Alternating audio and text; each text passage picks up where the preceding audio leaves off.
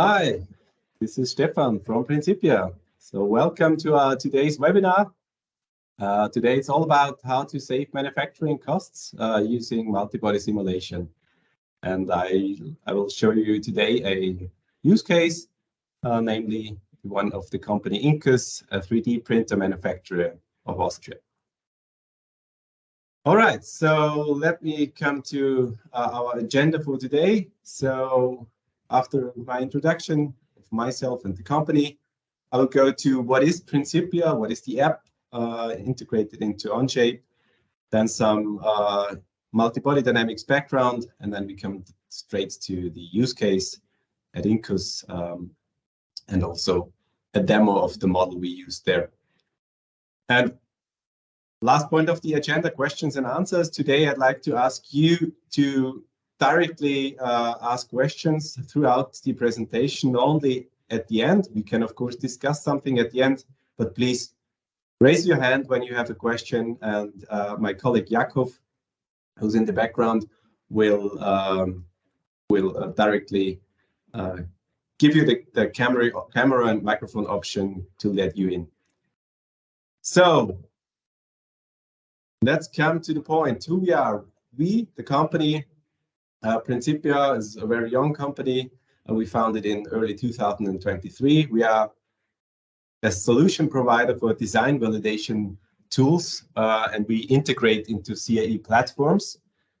We see ourselves as experts in numerical solver for modeling dynamical systems and algorithms.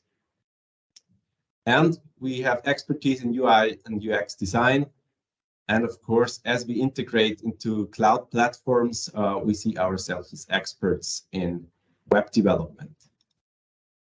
Then some short intro of my person. My name is Stefan Oberpeilsteiner. I'm CEO of the company. My educational background is I started with the technical college and then did the UP Austria University of Sciences, UP Austria, where I've got my master's in mechanical engineering. And within the research group at the UP Austria University of Sciences in Wels, I had the chance to work on some research topics in multi-body dynamics. And this was also the reason why I did my PhD at the Technical University of Vienna in the field of dynamics, or better to say, inverse dynamics. My competences are in the field of engineering in general. I have some background in CAD design. Due to my studies, I have knowledge in the field of solid mechanics and simulation tools in general. And with the time, my skills grew in the field of method development for simulation and also software development. As I said, in the background today, my colleague Jakov is there, a co-founder of the company, who's also involved into sales. And I think also Sinan should be there, our sales representative, you may already got to know. Good. So let's start with the poll, some action from your side. Today, the question I'd like to answer you is, how does your product validation process currently look like? So first, very simple one. Do you make guesses and hope, of course, with some experience that the design holds? Or do you test with real prototypes and a test rig? Could be some internal or external services. Or do you do simulation or some other validation processes that probably come up to your mind? Good, so you should see the poll.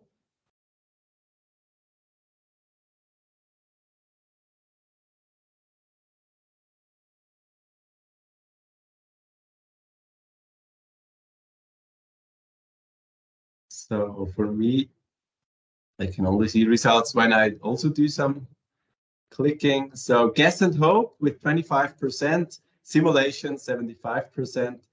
No one does real prototypes right now, so let's wait for another, say, 15 seconds. So guess and hold, of course. Guess and hope is only valid when you really have some experience in this field.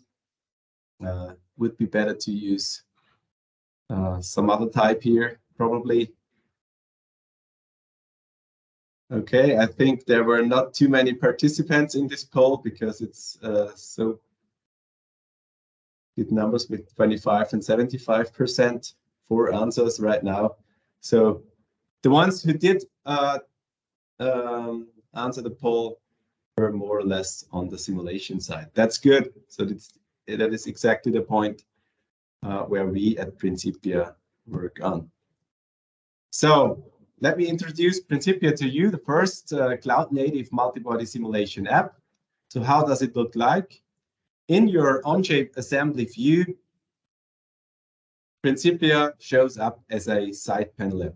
Maybe I jump back so you see the assembly view here and Principia on the right, and the panel on the right shows all the settings in the very first left tab modeler. It shows settings for setting up the simulation model, where you take over all the information from your assembly and then extend the information with some additional things like forces, like sensors and simulation settings. So Principia right now is integrated into one CAE platform, and that is PTC's Onshape.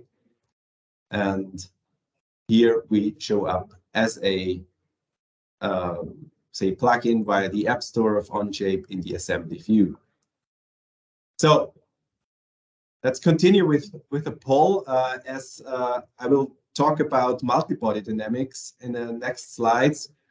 I'd like to know if there is any knowledge about it. So I'd like to ask the question, which methods for design validation did you already know up to now? So finite element method, computational fluid dynamics, multi-body dynamics, or discrete element method, or the particle simulation. So you should be able to answer the poll. And I am answering these questions too. So 43% up to now claim that they're new finite elements, which is also currently available. More or less, it's the finite element method that is available within Onshape simulation. So probably you've heard it from there. Computational fluid dynamics, which is for all the, say, flow simulation, heat transfer things in fluids, etc., or combustion processes, unknown to 20% of you. 30% clicked on multi-body dynamics, which is a very good value because sometimes multi-body dynamics is something that is has far below recognition than finite elements. So you're aware of multi-body dynamics, which is very, very good. And not too much of you know discrete element method. This is a very, say, young discipline of simulation where you can deal with small particles of either same shape or different shape. And you can also do some really fancy stuff there. For example, simulating fluids with particles. And this method claims for it that it's much faster than computational fluid dynamics for those applications. So we will see how they evolve in future. And it's probably something that we could also very good work with, because these solvers, multi-body dynamic solvers and discrete element method solvers, can be coupled and they can really work well together.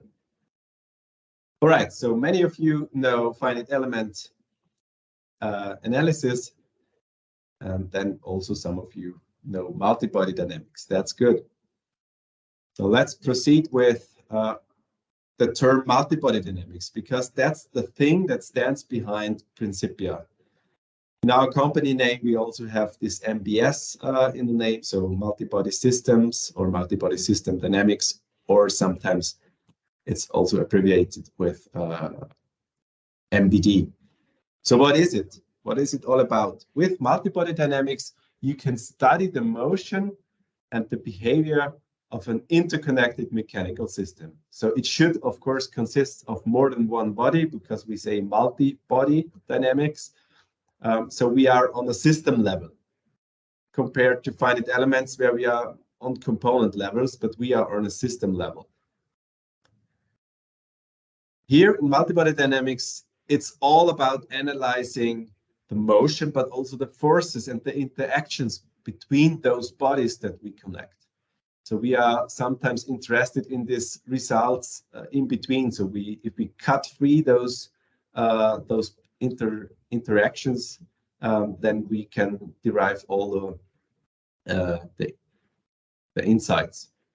We can gain insights into system behavior at all. So if we put some input on our system, on our multibody dynamical system, we can retrieve some outputs. Could be we have a force history as an input, force history, force amplitude depending on time, and get some displacement over time as an output.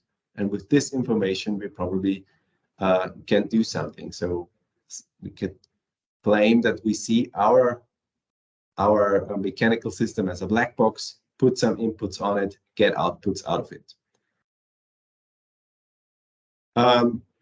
We can evaluate the performance of it.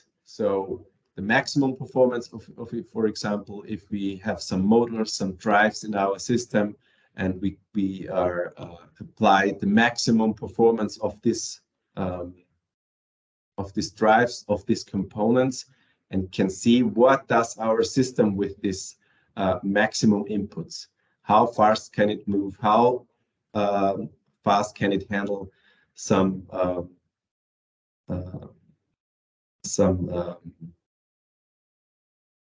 trajectories that we want to have from it. And of course, what is the main usage? We want to optimize the product behavior. So we can use multibody dynamics to iteratively improve the system behavior. So change, for example, some kinematic inputs, some kinematic points, and then see what is the output. What is multibody dynamics not? It's not basically finite element analysis. So in finite element analysis, we are interested in the detailed analysis of structures of single bodies, or sometimes also some on a system level, on the assembly level, but mainly we are interested on stresses and strains occurring within structures. So here we see structures as some deformable solid bodies.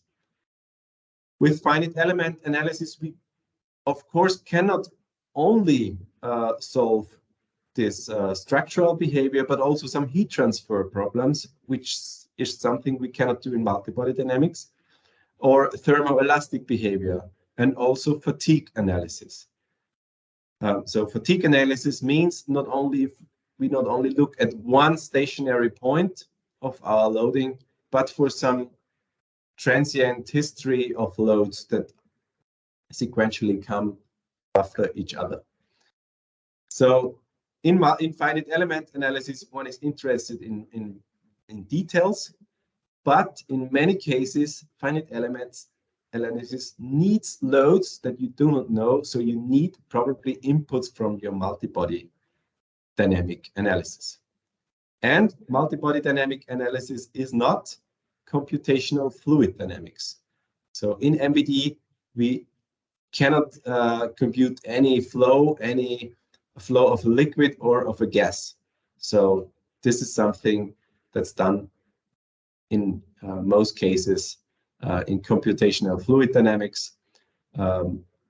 It can be that there is an interaction between fluid and structure. This would be something where one could couple MBD with CFD, but basically in MBD, we do not deal with fluids.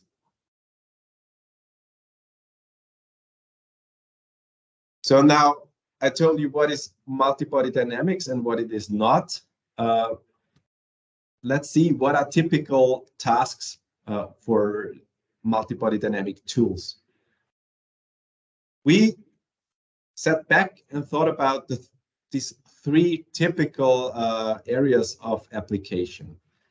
And we found one, the functional checking. So it's the simplest one. Think about you are finished, you're done with your design in Onshape, for example, in an assembly document, and you know that it basically works, or the kinematics of it work because you have some integrated kinematic solver in Onshape, and you can play around with your structure, but you are interested in bringing it to life by real forces. So not by your fingers on your mouse with dragging around your parts, but you want to bring life to it, and you want to check in the real operation, is there any intersection of parts? Are forces enough for some motion, or does the sequence of motion inputs or of some control inputs really perform the motion, the desired trajectory you would like it to be? So that would be functional checking. Sorry, I have another slide for this. So this could be one of it. So this is exactly the example I will show you later from INCUS. So here you see, you check, there is, in this case, no intersection between parts. This could be one thing you are interested in. With the real trajectory on it, not with drag and drop of parts, because in this case here you have some two-dimensional motion as an input. Then the second field of application is scaling parts and machine elements. So Multibody Dynamics provides insight into the component level. So you can see interface forces, and these interface forces most of the time are loaded onto some standard components, like, for example, here this ball joint, or could be a roller bearing, a screw, etc. And here for dimensioning, you're most of the time interested in computing forces and torques. And with these forces and torques, you can go into tables. And in these tables from the manufacturer of the standard part, you can see all the maximum loads or some fatigue data. Even fatigue data can be found here. So for scaling standard components, or also drives like motors can be seen as some scaling these components. And then the third field of application, where in the history Multibody Dynamics was used, say most, is for generating loads for finite element analysis. Because in finite elements, you need this input, and you need this input for different configurations of your system. Most of the time in finite elements, you're limited to linear analysis, especially when they are integrated into CAD tools. And in linear analysis, it is not allowed that you have some rigid body motion. And if your system is a mechanism that performs some motion, most of the time you have a different configuration for your finite element simulation setting. That's why with Multibody Dynamics, you cannot only create the loads, but you can also create the configuration where this load acts. And here you can answer those questions. Which load should I take when I have this input field for, in this case, on-chip simulation? And you can do this with our software, not only by typing in the force in Newton, you can also use it by connecting it to a variable and therefore being up to date in every iteration cycle. All right, so these are the three typical tasks for Multibody Dynamics. Let's come to say one of these fields of application in the use case of our partner, our customer, INCUS. So some background to the company INCUS. They are producing and developing 3D printers. So they were founded in 2019, and they have a unique metal additive manufacturing technology. So not this powder-based technology, but they use a lithography-based metal manufacturing. So it's kind of different to all the other manufacturers producing metal 3D printers. With their technology, they reduce production time and cost, especially for small and mid-scale additive manufacturing processes. They have their first flagship 3D printing solution called the HammerLab 35. So it's on the picture on the right, and it was first shipped in early 2020. Within the last 2 years, they grew from 6 to 25 people, and they now are working towards scaling up to mass production, and they also released their second product, which is more for serial production of parts. It's the Hammer Pro machine. And INCUS is, of course, I think it's worth saying that in this case, they are Onshape users. So that's why the collaboration started with them. Because it's, of course, very easy for us to start working with a company already using Onshape, because they have their models with it, and we can show them how to apply multibody dynamics. So what was the problem in their case? It was split into 2 tasks. First task was they wanted to check the dimensioning of both a linear drive, so for a linear motion, and also a rotational, in this case, belt-driven drive, both with stepper motors. So you will see this pivoting arm later in the model. So they were interested in checking the dimensioning of these drives. And of course, they wanted to optimize the selection of the drive in an ideal case to the optimum, so that there is no oversizing of the components.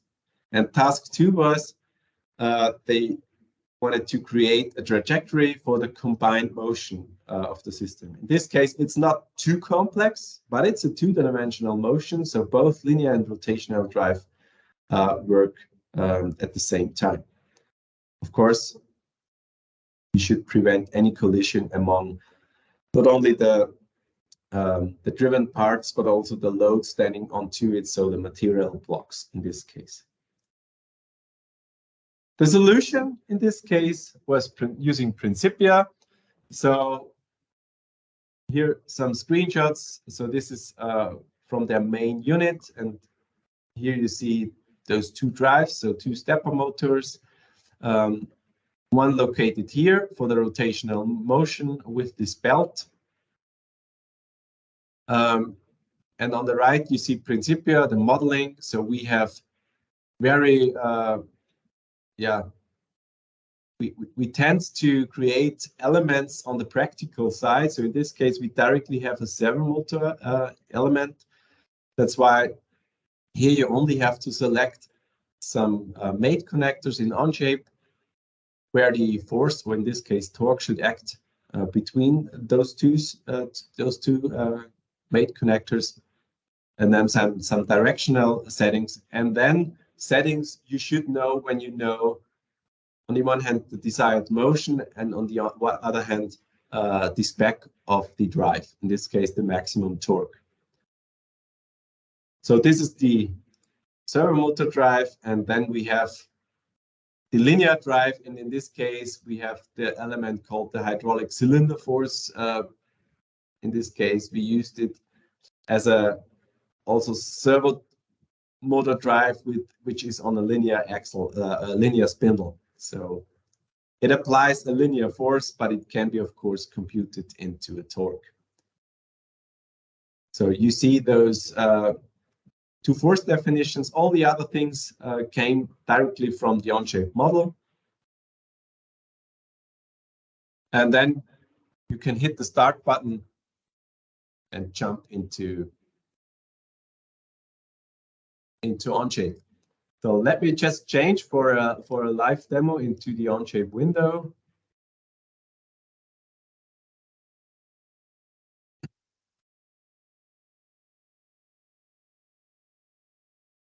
So you should see it. So here's the model you've seen in the screenshots. it consists out of this main unit where you have the two material blocks. The one is for the new material and the other one is for the material where your printed parts will be located within this resin block. Stefan, I think we see your notes, not the live demo. Could it be? One question to everyone. Thank you.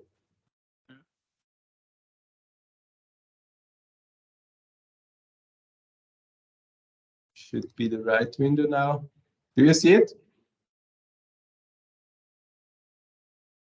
Yeah, it's better now. It's the correct one. Thank you.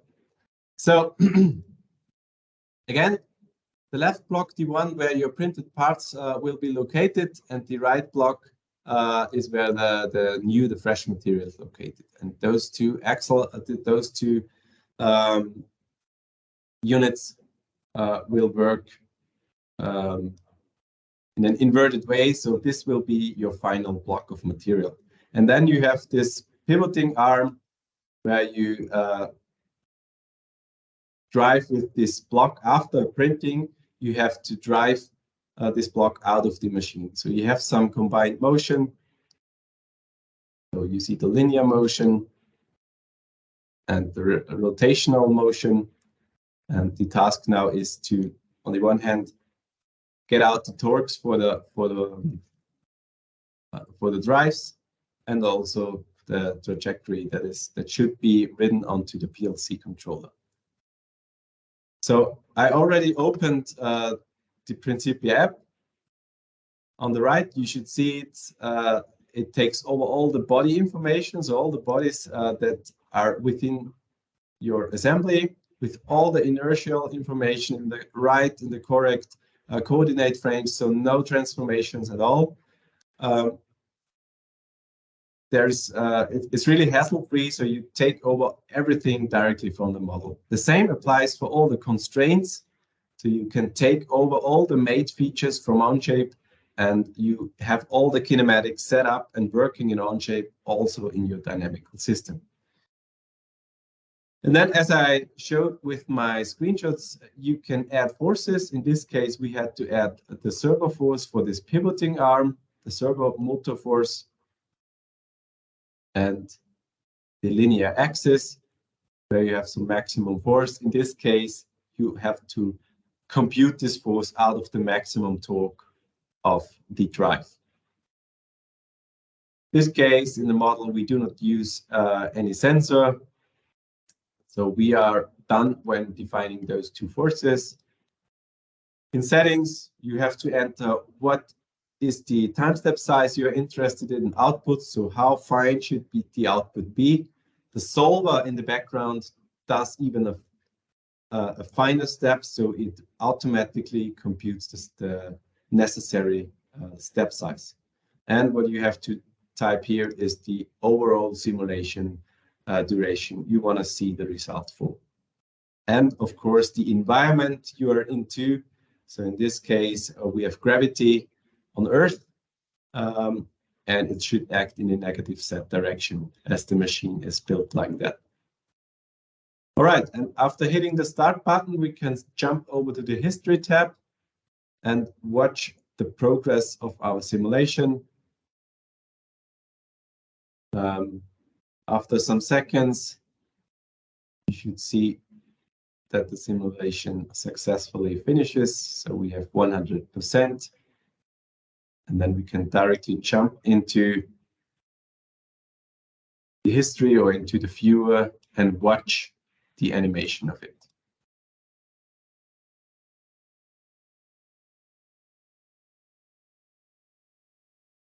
So we take over all the graphical information from Onshape, also colors of the parts, etc., and render it in our own window. So that's the animation on the one side, so you can see if there are any collisions. In this case, there is no collision. That's why no collisions highlighted. Then in the XY plot, you can go into detail, so watch any curve you are interested in. So this could be some motion of a body, so some position of a body, or when you scroll down, you should see all the constraints, so all the mate features of your system, where you can get all the forces acting between bodies. So probably we have some forces here. Oh, wrong one. So let's see. This constraint named Dreh and 1, and we see the force vector in x, y, z, the force acting within the involved parts. More of interest here are forces, because we were interested in maximum torques and forces. For example, the servo motor, we can select the servo motor and then select the torque of this servo motor and see what's the torque necessary to drive the pivoting arm. In this case, it was 26 Newton meter. Again, this is in a vectorial output, so you can see the set torque. If it would be something moving in space, you can split it up either in X, Y, Z components or in total as a magnitude. So here we are below some limits, so we can say, probably we can say, this is the right dimensioning of my part, everything's fine.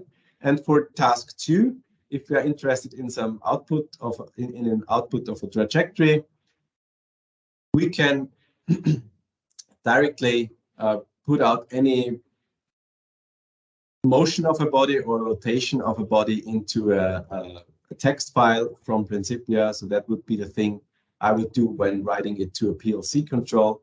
If you hit this button with download, you can get all the information directly from Principia into a file. And with this file, you can go into your controller program. So that's basically the workflow within Onshape and Principia. So you come from an assembly that is fully defined, and also the kinematics should work there. So you should be able to move it in a way like your mechanism should do. And then you jump over to Principia and add those additional things like forces, simulate it, and then check, in this case, is the torque below some limit, or should I take another drive? Then you could iterate if probably the drive is smaller or can be smaller. You change your design because there are some secondary effects. You can probably make other parts, dimension those parts new, because something can be thinner, and then they're again lighter. And this effect, the secondary effect, and the change in the drive itself has some effect on the torque, and therefore you can optimize within this closed solution. So let me jump back to my presentation slides. To wrap this up, so you should see it. Yes, works. So you exactly saw this. So the dimensioning of the drives itself determine actual peak and average loads for different scenarios. You can read out those results into files, and these trajectories are ready for implementation in the PLC because no collisions will show up, and it is secured that they can be realized with the used drives, because you have the torques, you know, the torques that are active, and therefore the drive should be able to really follow this trajectory. All right. So the name of the webinar is reduction of production costs. How did they how did this investigation reduce production costs in the case of INCUS? So in this project, we saw that they used oversized drives in the initial design when considering the maximum torque. So it was around about a factor of 1.2, and so it was possible to reduce the dimensioning of these drives. And due to this, the secondary effects, as I said, they show up due to reduced material of the structure, as there is less mass to be moved. So with the drive itself, the controller, and the material savings, it came to about €1,000 per unit, what could be saved. And what are the costs for these savings? So on the one hand, it was the training of the INCUS staff, in this case for this specific application. It was about 2 to 3 hours. So let's say €450. The people there spent with the training. Then some time for performing simulation. The simulation itself, you've seen it. So it's just taking over all the information, add those two force elements, and then do this in, say, 2 or 3 iteration rounds. Took them about 1 hour. It's €150. And then, of course, there's the app for the license for Principia app. It's currently $5,500, what is about €5,000 a year. When assuming 20 machines per year, this comes up with a net cost saving of €14,000 per year. So it really pays off fast to use such a simulation software. And this is only one application and in only one component of their system. So if you have more than 2 drives within your machine, you can do many, or there are, of course, many targets for optimization. That's why it really pays off fast to use such a software. All right, so that was all to how to save costs, or how, in this case, the people of INCUS saved costs or production costs. Now it's up to you. So what could be the next steps to you or for you to save production costs of your machines and products? Yes, subscribe to Principia. So in the on-chip case, go to the App Store. Then you will see our app featured, or if not, you should go to the category simulation, and there you should find the Principia app. We offer a free trial, a 30-day free subscription, so you can test it and play around with it. It's full featured in the free trial case, and reach out to us if there are any questions. If they are not now, I think you find the channels. We are active on LinkedIn, or you can click on the support button in the App Store. This will all show up on our end. Yeah, so now time's there for your question, for answering your questions. So please, are there any?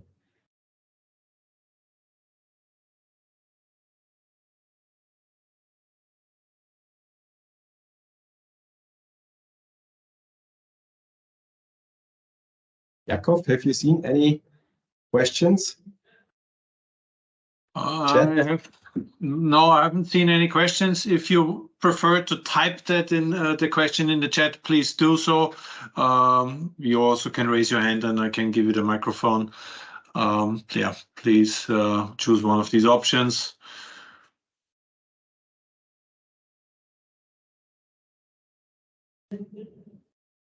Or Jakob, are there any comments from your side?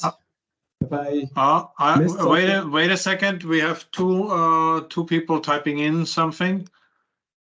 Okay. We have one question, I think, from Heimo. Did you also consider the reduction of prototyping costs in your ROI calculation?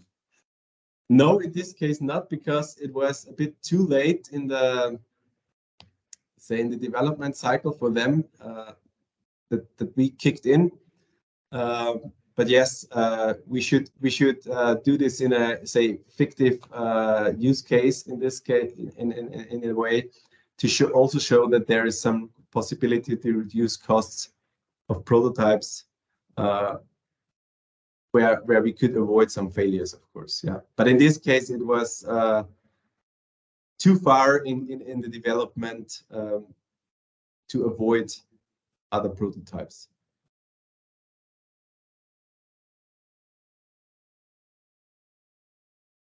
Okay, thank you. There is another question coming up. Just wait. We have to wait a bit. Hi. Chris writes, great presentation, Stefan. Thanks. On the finite element analysis side, single part linear static simulations are still very popular. What size scale of multi-body dimensions simulations do you find to be within one ST-def from the mean, standard deviation from the mean? What size or scale of multi-body dynamic simulations do you find to be within one standard deviation from the mean? Chris, could you try or to clarify this? No problem at all. Is it okay if I give you the microphone, Chris? Okay. Average size scale of multi-body dimension. So basically, a multi-body simulation, we speak about, say, 1,000 bodies to be considered is not too big. So when you mean this one here? So, and in finite elements, it's more on a component level, but I'd say not only due to the size limit, because you can also think of finite element systems with a very coarse mesh and could also do 1,000 bodies, wouldn't be the problem. The problem, I think, is the rigid body motion that in linear finite element analysis types is not possible or leads to wrong results. So I'd say it's more the thing, if you have some large nonlinear motion in your system, or in other words, rigid body motion with large rotations, then you have some limits with your FEA simulation program.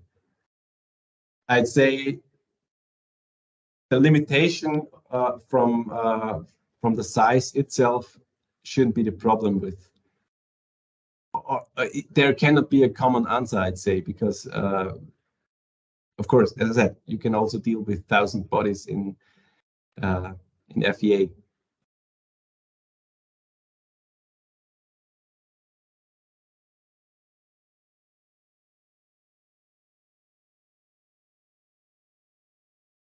Are there more questions?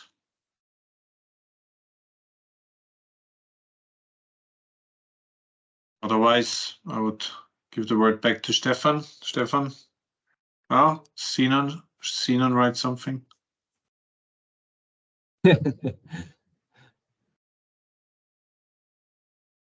We already handled some on-chip model with it was about 900 parts. So the on-chip assembly, they were more like welding structured, but they were fixed together with on the one hand, it was groups, but it was also fastened. So they were 900 bodies on our ends. And we were able to read this out via the API of OnShape and also handle this system within our solver. So the limitations there, I think 1,000 body should really work with the combination OnShape and Principia. But of course, one could be more efficient if it would be considered as one body, a group. Consider those groups in OnShape as one body.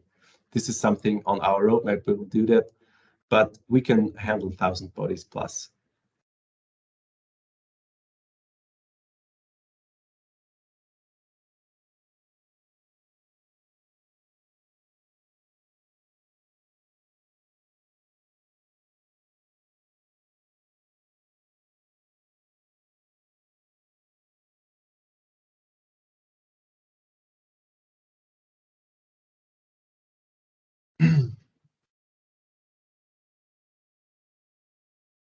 All right. So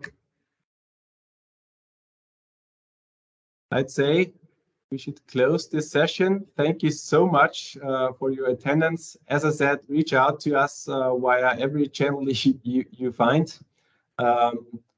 We are very more than happy to answer any questions. And if not started yet, start with the free trial and test it. Give us feedback.